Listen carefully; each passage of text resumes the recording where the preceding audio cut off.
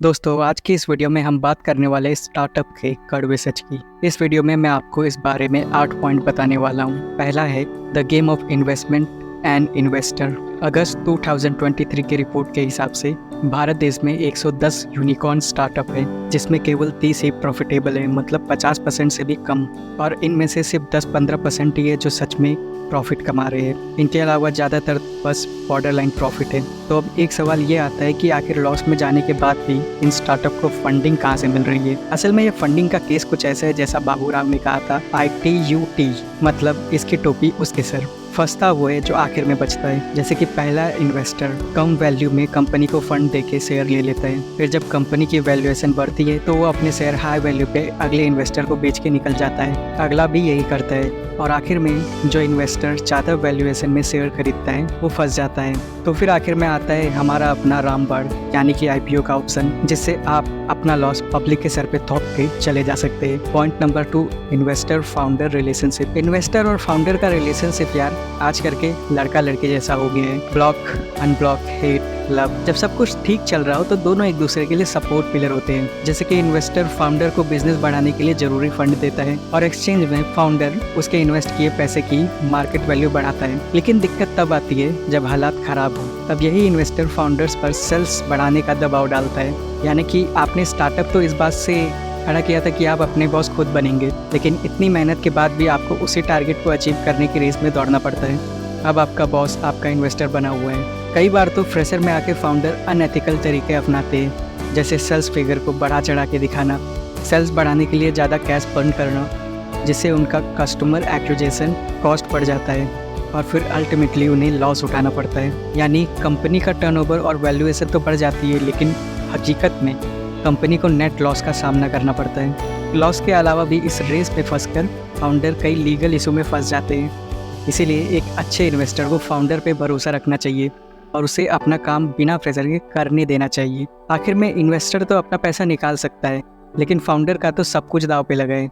और वही फाउंडर को ये ध्यान रखना चाहिए कि अपने बिजनेस को बड़ा बनाने के चाह में वो अपने आइडिया को ना भुला दे कि business is not about valuation, जो कि है कि बिजनेस सिर्फ वैल्यूएशन के बारे में नहीं है, बल्कि वैल्यू क्रिएशन के बारे में है।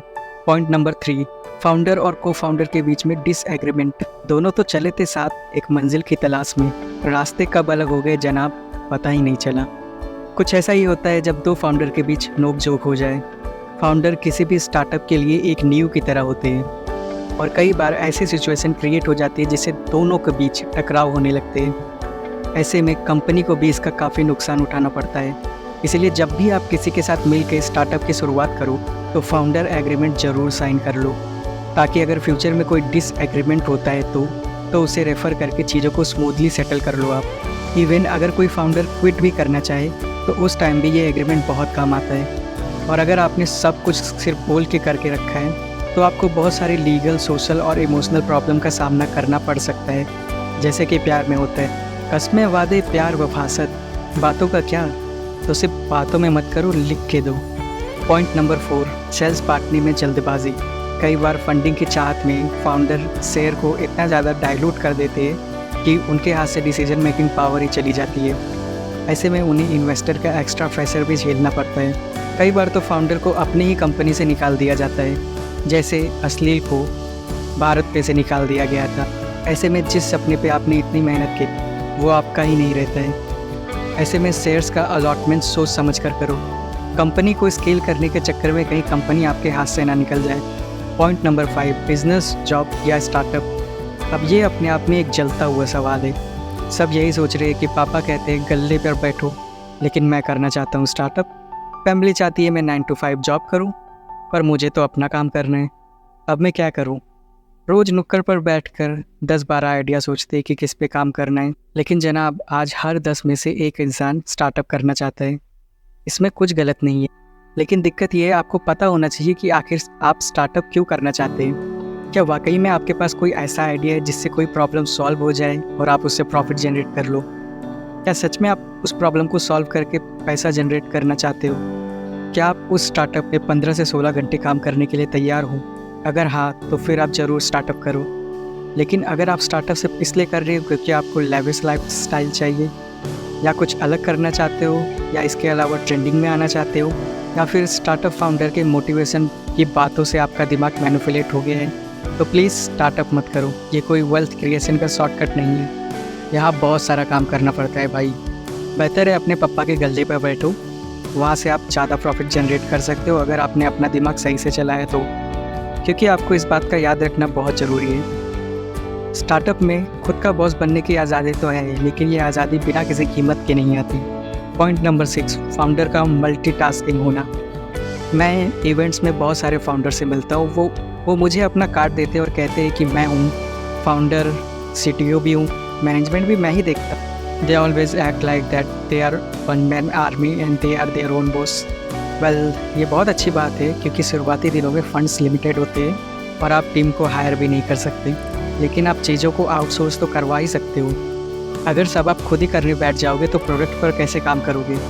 वैसे भी ज़्यादातर फाउंडर टेक्निकल बैकग्राउंड से होते हैं, इसीलिए उनका हाथ मार्केटिंग, अकाउंटिंग और लीगलिस्टिक एक्टिविटी में थोड़ा कम होता है। लेकिन स्टार्टअप की सॉलिड शुरुआत के लिए इन आइडियाज़ में किसी एक्सपर्ट का होना ज़रूरी है। ये बात बहुत छोटी है लेकिन बहुत ज़रूरी है, इसीलिए अपनी ज़रूरत के हिसाब से टाइम पे किसी एक्सपर्ट का ओपिनियन लेते रहिए। इसके अलावा धीरे धीरे आप खुद भी सीखो ताकि कोई आपको धोखा ना दे सके, और काम को डेलीगेट करो।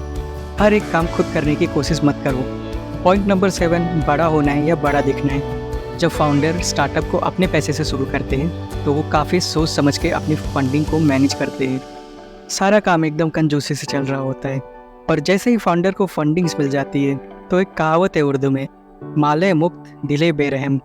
मतलब फ्री का माल मिलता है तो इंसान बेरहम हो जाता है उसको खर्च करने में। तो फाउंडर को लगता है कि उन्होंने सब कुछ हासिल कर लिया है। अपनी वैल्यूएशन को बढ़ाने के लिए और अपनी कंपनी को बड़ा दिखाने के लिए वह इन्वेस्टमेंट का काफ़ी बड़ा हिस्सा ऑफिस स्पेस को बड़ा करने में और उसे लग्जरियस दिखाने में डाल देते हैं। इसके अलावा ज़्यादा से ज़्यादा हाईली क्वालिफाइड स्टाफ मेंबर्स को हायर करते हैं। बचा हुआ हिस्सा मार्केटिंग और ब्रांडिंग में इस्तेमाल हो जाता है।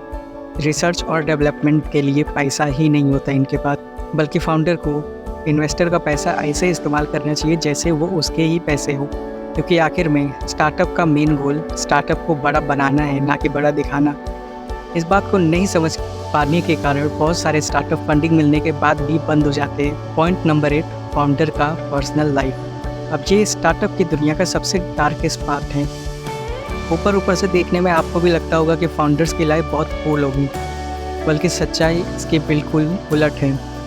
उन्हें हर रोज़ 14 से 18 घंटे काम करना पड़ता है। कई बार अपनी कंपनी को ज़िंदा रखने के लिए अपनी और अपनी खुद की, परिवार की सारी सेविंग्स को लगाना पड़ता है।